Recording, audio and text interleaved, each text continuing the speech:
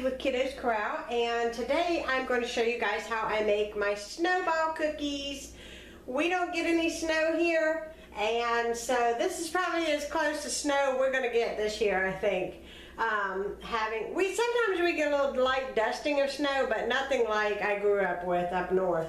But I'm going to show you the ingredients, and then I'm going to come back and show you how to combine them all and make these wonderful, wonderful, wonderful, and I mean these things are so good, snowball cookies. So I have 2½ cups of all-purpose flour.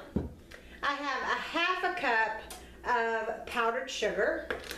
You're going to need some chopped walnuts. You can also use chopped pecans, but I honestly prefer the walnuts in this recipe. You're going to need 1 cup of butter. And you're going to need some vanilla. So I'm going to come back shortly and I'm going to show you guys how to combine these ingredients and make these wonderful snowball cookies. Okay, let's get started in making these cookies. Okay, so I have my 1 cup of butter, which you want to add to your mixing bowl.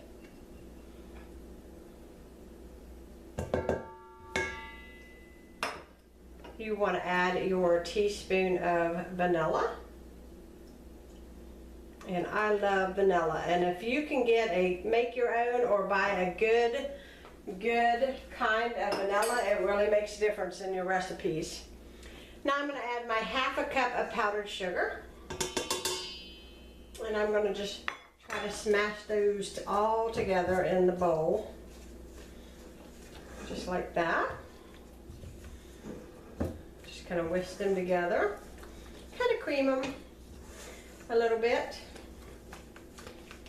And then I'm going to add in my 2½ cups of all-purpose flour. Now I may have to get a wooden spoon at some point here to get all of this combined.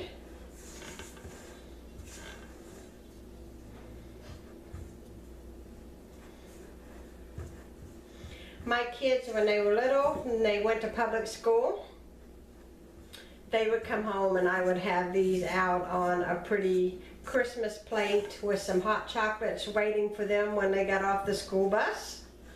And these are nice because this isn't fancy ingredients, first of all, and second of all, they're not real time consuming to make. And they're not a cookie that really grows on the pan, you know, like when you bake them in the oven. So you can put a bunch of them on one pan and get them all done in no time. And then, you know, you don't have much to clean up, and it's a quick treat for your kids or just for your family in the evening if you're watching Christmas movies or going to a Christmas outing of some sort. I know I pack all kinds of Christmas goodies when we go to the Christmas parade here where we live locally. And I just take my own cookies and a thermos full of hot chocolate or coffee, usually coffee. Okay, see how that came together nicely as a dough? Now you're going to need 3/4 of a cup of chopped nuts. Now I'm going to show you guys, I don't have a food processor to chop my walnuts. So what I do is, I get a large Ziploc bag, and I just measure out the nuts that I need for my recipe, and I put them in my bag.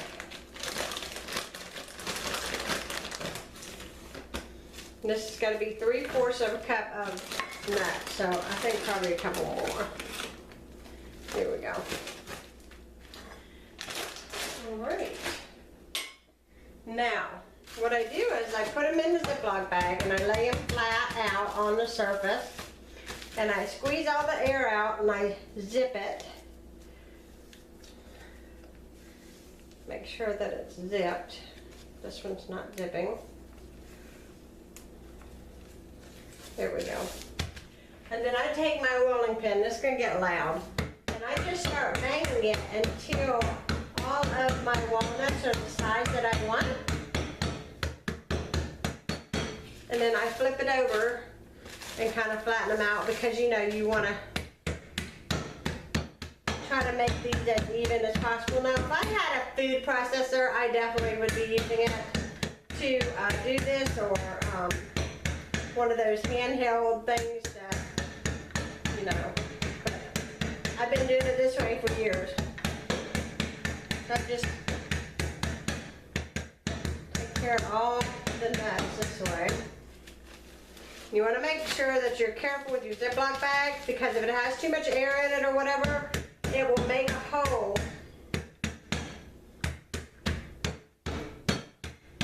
in the bag, and then the nuts will go everywhere. You don't want to make a hole. So I just tap it with the rolling pin until I get them the way that I want them. And that looks pretty good. And then my nuts are ready to add to my recipe bowl.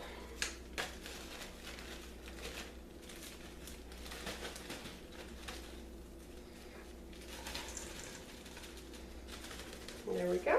And then you can just throw this away. I'm gonna get a wooden spoon. It's getting kind of tough to stir that with a spatula at this point. I'm gonna make sure I get all that stuff off the spatula, because every bit counts. You don't want to lose any of that yummy stuff.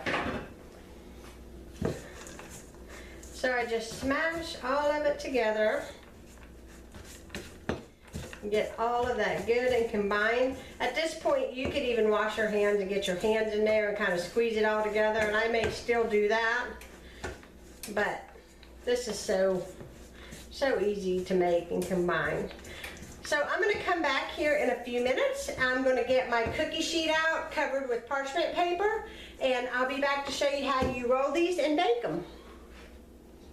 Okay, now I have my parchment paper here, and I'm going to quickly show you what this dough looks like. So if you're curious, the way my tripod is made, I have a hard time like videoing straight into the bowl, but futurely I'm hoping that I remedy that problem. Okay, so I use a cookie scoop, and all I do is I just put it in my hand, and I just roll it into a ball, just like that. And I do that until I run out of cookie dough or my pan is full. So that's what I'm going to do now.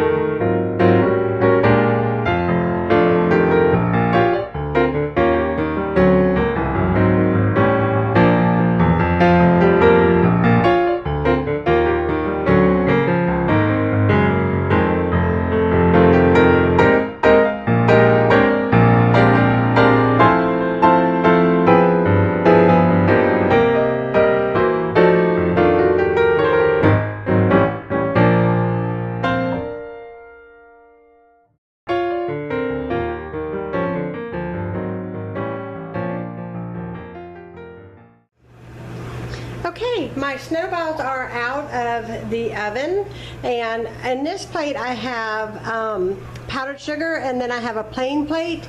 Now these are kind of hot, so you may want to let them sit for a few minutes before you touch them, because they are scalding hot. But I just pick them up and I roll them in the powdered sugar, just like this. I like them good and coated. And then I place them on the plate. And that is how you make your snowballs.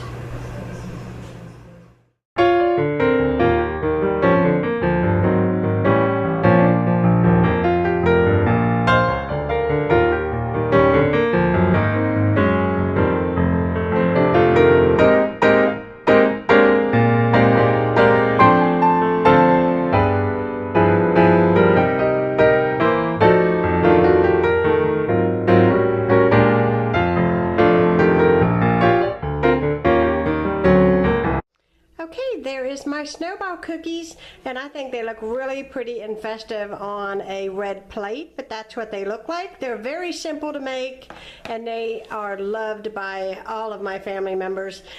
And thank you for spending time with me, and thanks for watching my video. And if you haven't subscribed to Kiddos Corral, please do so, and give me a thumbs up on this video, and I'll be talking to you again soon. Bye-bye.